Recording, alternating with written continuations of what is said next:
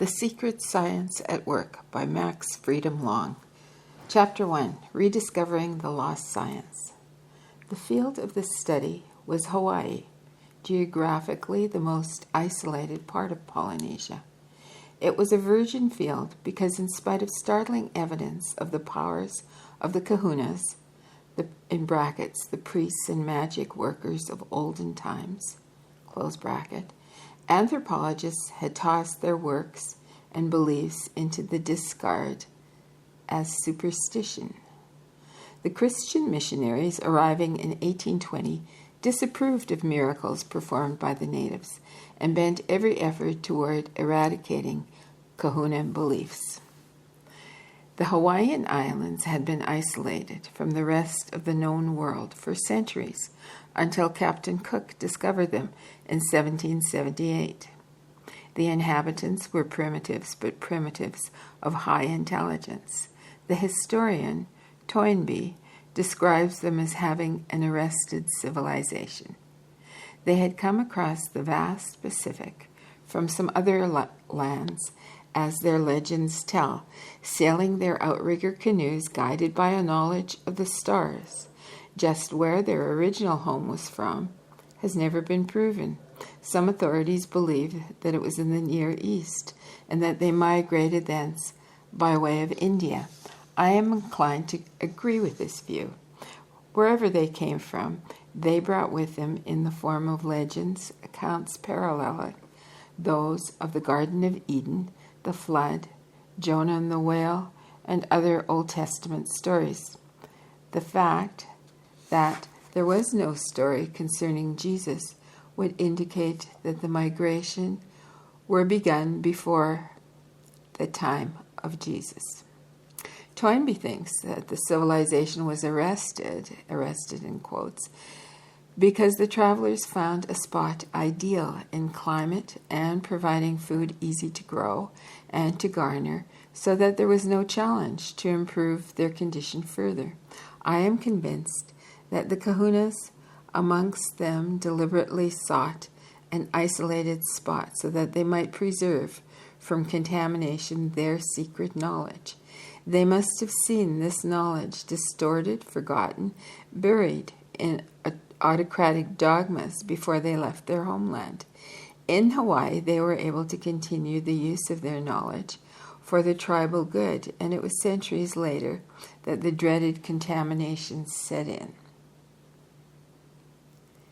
It is true that the Polynesians did not invent mechanical arts as a mark of developing civilization, such as spinning, weaving, pottery making, and basketry. They made paper cloth by beating together wet strips of bark, while containers were made of shells or gourds. Simple nets were made of twisted fiber strings to form bags in which to carry their calabash containers, or to be used in fishing. Strings were used to snare birds and animals. Knives and axes were made of shell or stone. Fire was known and used. Houses were made of thatch over wooden frames. But this indicated no lack of intelligence or ability.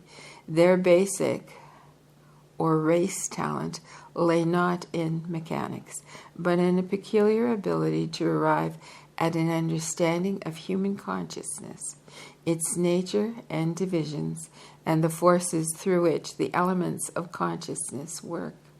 This knowledge, used by the kahunas of the tribe for the performance of miracles, they preserved and kept secret.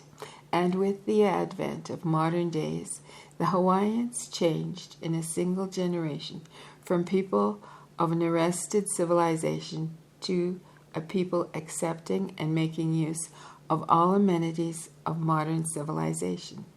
When I came to know that there was a secret language hidden in their ordinary everyday language, I thought it must have been constructed in that way when the language itself was invented, back in that dim and misty past before they had migrated from their homeland. This idea was given some basis, in fact, when, after the publication of my first book in England, W. Reginald Stewart of Brighton, England, wrote to me. He told me that when a young man, a foreign correspondent, he had heard of a tribe of Berbers living in the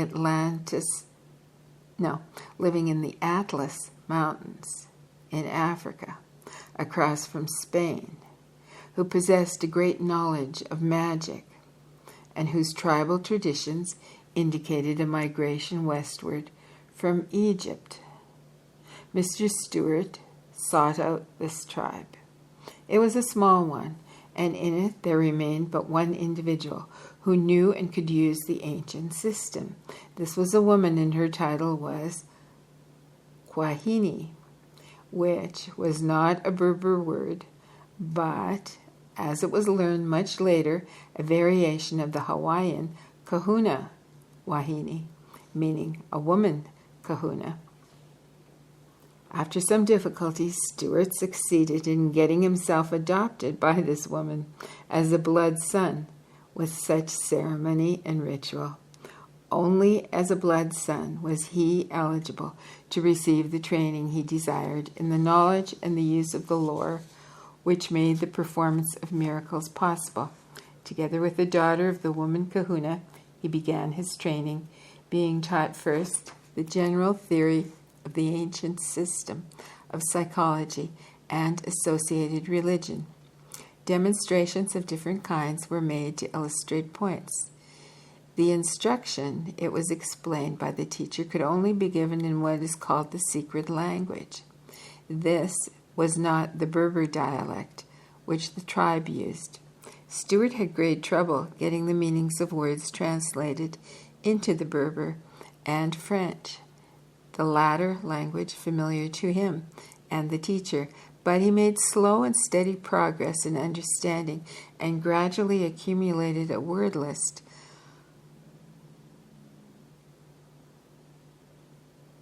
covering most of the important words in the sacred language. His training was halted when the theory had been but partly covered. During a clash between two tribes which were not related to one another, with which he had identified himself, a stray bullet struck the teacher and killed her. When, a great many years later in his retirement, Mr. Stewart ran across my report, he found that it described in part what he had learned in North Africa. Comparing his yellowed notes and his word list, he saw to his surprise that the sacred language was unquestionably a dialect of the Polynesian of today, the same language of which I had given word examples in my book. A long correspondence ensued between us until his death during World War II, and helped to substantiate my findings and further my research. The most convincing proof that the ancient knowledge was originally well known and used in the Near East was uncovered in the 4th year of the Huna Research Associates' work. We found that in many parts of the Old Testament, from Genesis on, there were Huna teachings mentioned and accounts given of miracles performed by initiates who used the same knowledge but were not of Polynesian tribes, and who were not even then beginning their long migration to new homes in the Pacific, or, in the one case, going west to settle in the Atlas Mountains. In every instance, the veiled references were hidden under the typical Huna symbols, of which much will be said later on. These formed what may be called a secret code, for want of a better term, and made it possible at this late date, because of the rediscovery of Huna, to understand what was meant by the initiate kahuna, who wrote the account of the Garden of Eden, or who gave the report of the miracles performed by Moses and Aaron in Egypt, and later in the days spent by the children of Israel in the wilderness. Farther along in the Old Testament, we find initiates into Huna speaking, and are able to decode the prophecies of Isaiah and Jeremiah to get back plain and simple Huna. In the New Testament is to be found the same code and the same use of symbols to conceal the Huna knowledge. Jesus, the great initiate, strove to spread the same basic beliefs in the same symbols and to initiate his disciples. He performed typical miracles after the manner of the Kahunas and observed the ancient cult of secrecy with care. He gave the disciples the Huna, or mystery, teachings concerning the kingdom of heaven, so that they too could perform miracles and understand hidden truths. Before going further, I should like to recount the way in which I began my long research into the ancient knowledge of Huna. When I first went to Hawaii about 35 years ago, I was fortunate in making a friend of a distinguished and elderly scientist, Dr. William Tufts Brigham, long curator of the Bishop Museum in Honolulu. For 40 years before our meeting, he had been observing and recording the performance of miracles by the Kahunas. He could attest to any miracles of healing and had taken part himself under their protection in firewalking over red-hot lava. He had accumulated evidence on weather control by the native priests and many other minor miracles. But what he had been unable to discover was how the Kahunas performed the miracles. They were his friends. They liked him and trusted him, but they did not divulge their secret. Always, he noted, they used prayer and chants and rituals as part of their work. These they were willing to have him hear and observe. But how did these miracles work? He assured me that there could be no magical power in the tea leaves, T-I leaves, used in firewalking rites, nor in the ritual calabash held in the hands when winds and weather were being controlled. Obviously, the power came through prayer to some unseen force or intelligence with which the Kahunas knew how to make contact. Not just once in a lifetime, but often and consistently did they work their miracles through prayer. My own interest in the liability of some human beings to overcome the ordinary laws of the physical world was of long standing. I had spent years in the study of various religions wherein miracles are reported as possible through the help of a superior being. I had pursued clues through psychic science, and especially had I tried to find some explanation in the study of psychology. So, Dr. Brigham, knowing that the end of his life was approaching, and having found a young man with a consuming interest and desire to dig deeper into the mystery, made ready to lay his robe on my shoulders. He trained me in the proper approach and gave me all the information that he had gathered over the long period. At his suggestion, I checked his accounts with both natives and white people, verifying the facts and adding to the material. Always, I asked how the Kahunas had performed the miracles. No one knew, and with the natives, the whole subject seemed to be taboo. Unfortunately, a younger generation of Hawaiians had been more interested in modern things than in the ancient lore, and had not taken the training needed to learn to bring about miracle results. miraculous results. And now there was no one to give the training, for death had taken the old kahunas, whom Dr. Brigham had known for years before. Not one of the really expert ones was left. I was able to find only two or three who knew even parts of the lore, and from these I could get only the smallest hints of what really lay behind the prayers or ritual observances to make them effective. Finally, I came to acknowledge the fact that the kahunas were irrevocably pledged to secrecy.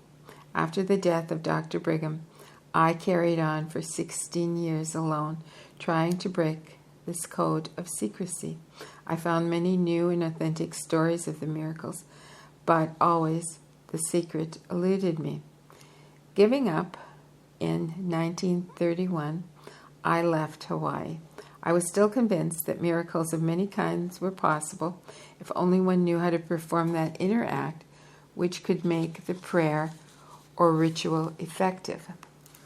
In 1934, after I had given up hope of ever solving the problem, I awakened one night with an idea.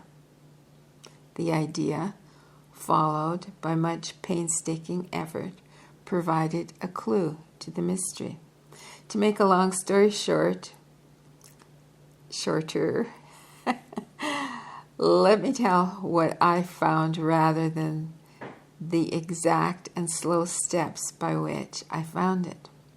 Starting with the idea that the kahunas must have had words in the native language with which to tell budding kahunas how to perform miracles, I began to study any and all words in the Hawaiian dictionary which might have named something that had to do with man's mental and spiritual nature. Almost immediately, I began to find such words. To my surprise, they named in unmistakable terms the parts of mind, as we call them in modern psychology. They named and further described the subconscious and the conscious. Further, they named the superconsciousness, which religion alone had recognized as the spiritual part of man.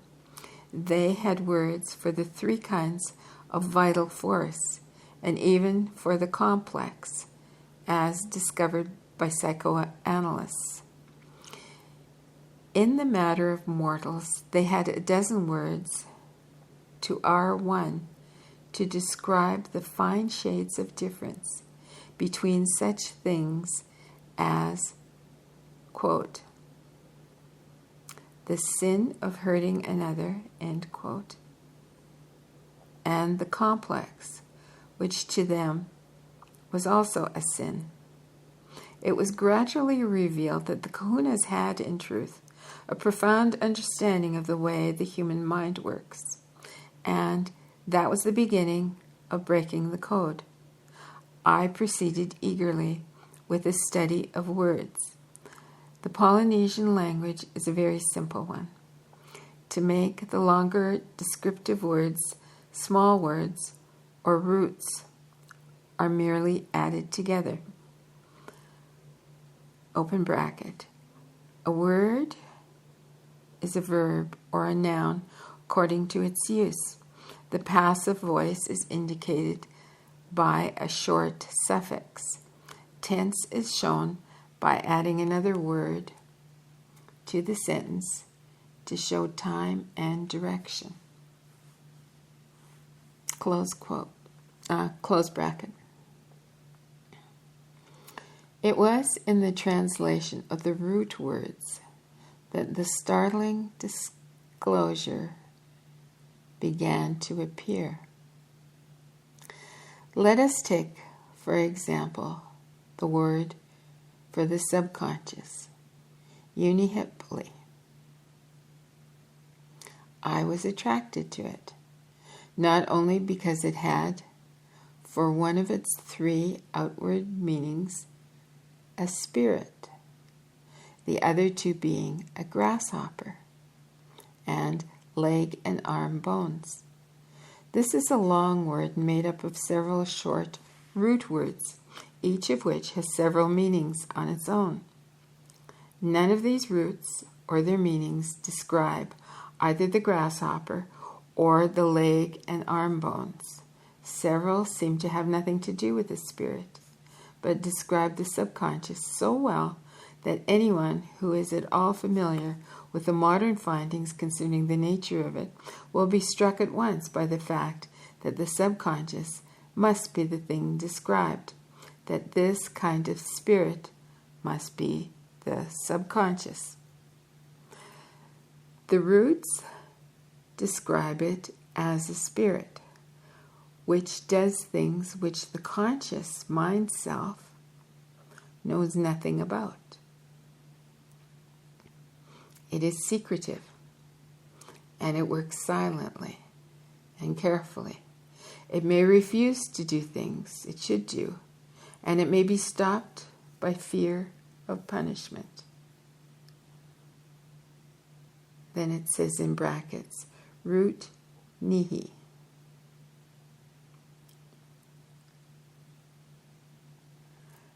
Nihi.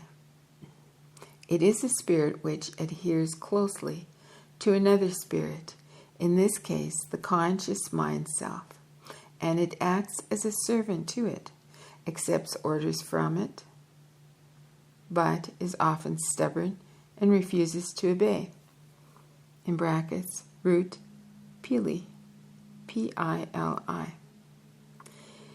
It is a separate, independent spirit or self.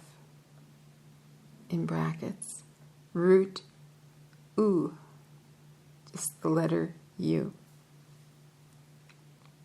Just as the conscious mind self and the superconscious self are separate and independent spirits, this subconscious spirit is usually closely tied to the conscious mind self. It is a spirit which manufactures and handles vital force. It lives in the physical body, and with this, it covers itself as well as the conscious mind self, the uhani, U-H-A-N-E, the spirit which talks. The uhani, the spirit which talks. It hides things, such as the complex. It is a spirit which is weakened if its supply of vital force is stolen from by obsessing spirits.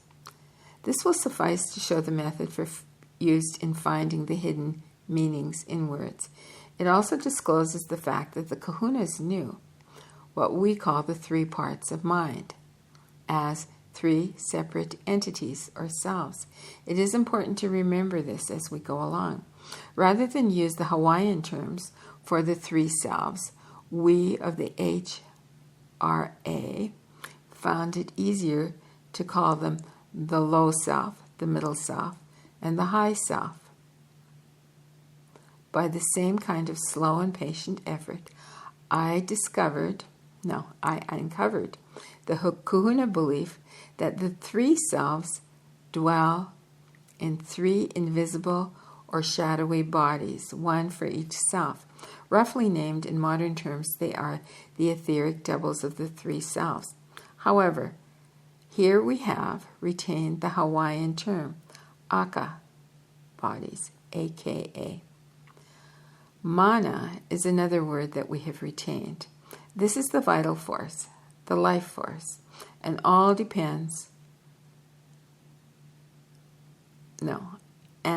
it depends all of the activities of the three selves, created automatically by the low self from food eaten and air breathed. It is used by the other selves, but is stepped up in vibratory rate, as it were, as it passes from one self to the next. The three selves, each in its own aka body, and each using its share of mana, are connected with each other by cords made of the same aka substance of which the aka bodies are made. All these things will be explained and expanded upon later to give them meaning and perspective, but it is enough at the moment to mention them to show that they were presented under a Trinity pattern, and go on to tell the symbols found in the language. The Kahunas did not conceal the secret lore only in words and roots. They also used symbols. For instance, instead of always using the word mana for the vital force, I discovered that they often substituted the word for water, Y, W-A-I, finding it consistently used in many compounded words or phrases where mana was evidently under discussion. I came to see that water was the symbol for mana. Where it was the vital force generated by the low self from foods and air consumed, the symbol of plain water was used. Water raised to overflow, as from a fountain, was the symbol of the vital force being accumulated in a surcharge by the low self. The vital force of the high self, originally taken from the low self by way of the connecting aka cord, was symbolized by clouds and mist, which are made up of fine droplets of water. These, when falling in the form of fine rain, symbolized the return of the vital force, which had been transformed to carry the blessing of the high self as it fell on the middle and low selves to help and to heal. The tree and vine were also used as symbols, the roots being the lower self, the low self, the trunk and branches being the middle self, and the leaves the high self. The sap circulating through the roots, branches, and leaves represented the mana. Our concern is to learn to understand our three selves and how they can be made to work harmoniously together. Only then can man be completely integrated as he was surely meant to be.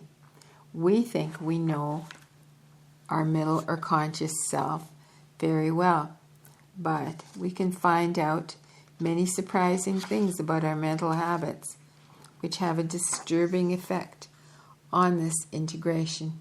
Few people are very much aware of their low or subconscious self, its capabilities and its limitations. It is necessary to seek to know and understand it so that we may train it to work cooperatively with the conscious and superconscious parts of the mind. As for the high self, which has no limitations except as imposed by the low and middle selves, through failing to do their part, we will find practical proof of its powers once we have learned to make and sustain working contact with it. The first and continuing interest of a large number of the Huna Research Association, HRA, Huna Research Association, was in learning how to make an effective prayer. They urgently needed help beyond their known resources, help in solving the many problems which confront us. They accepted the fact that only by making an earnest effort to understand the three selves in their invisible bodies and the mana, which can be made more powerful and effective than by putting the information into practice, could a proper test of the way offered by the kahunas be made. We found that there is often a need to unlearn other ideas which have been dogmatic rather than well proven and tested. In brackets, to do this, and at the same time change old habits of thought to the new, as practice is begun toward making effective prayers, may take some rereading and reviewing of this report. Close bracket. Many who have read my last book sought healing of the body by means of some kahuna, in spite of the fact that I had stated that there are no practicing kahunas now left in Hawaii, and that I myself am not a kahuna. They were aware, as we all are, that there are traditions down the years in the healing by laying on of hands.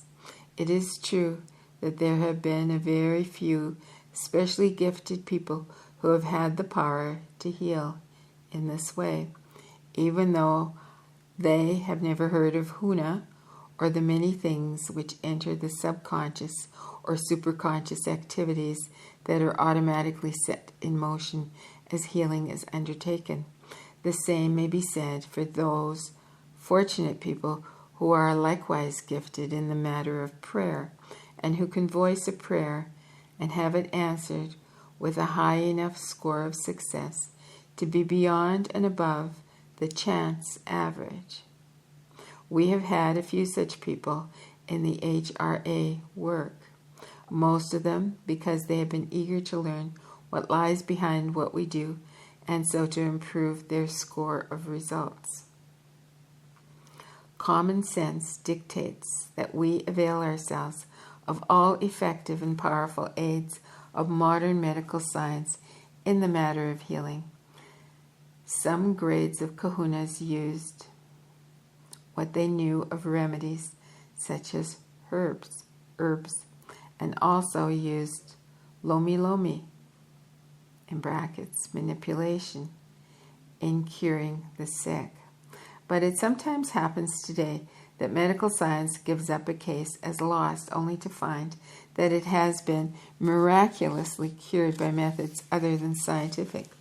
The real point of this whole matter is that one can and should learn to work with his own vast and untouched powers to the end that he attains health and keeps it.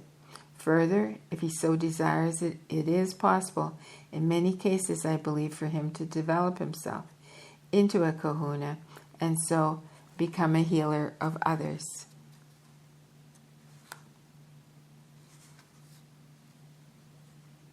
And that concludes Chapter 1. Chapter 2 is called Getting Acquainted with the Low Self.